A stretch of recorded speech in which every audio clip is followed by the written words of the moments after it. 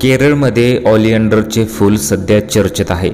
ते खाल्ल्याने एका 24 वर्षीय नर्सचा मृत्यू झाला होता। त्यानंतर केरळ सरकारने कठोर निर्णय घेऊन 2000 मंदिरांमध्ये या फुलांच्या वापरावर सरकारने बंदी घातलेली आहे। हे गुलाबी रंगाचे फूल त्याच्या सौंदर्यासाठी ओळखले जाते। याचा वापर मुख्यतः मंदिरात पूजेसाठी केला जातो किंवा अनेक लोक घरापुढे झाडे सुद्धा लावतात।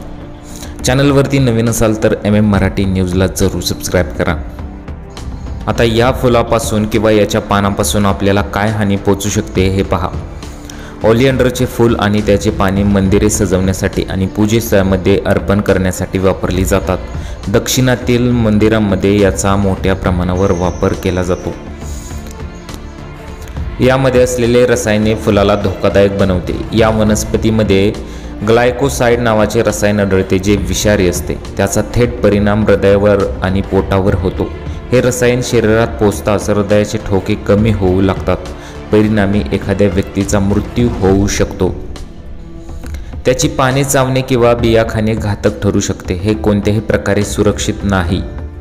तेव्हा या फुलझाडापासून दूर राहिलेलंच बरं। महाराष्ट्रात या फुलझाडाला काय म्हणतात ते कमेंट करून आम्हाला कमेंट बॉक्समध्ये जरूर कळवू शकता।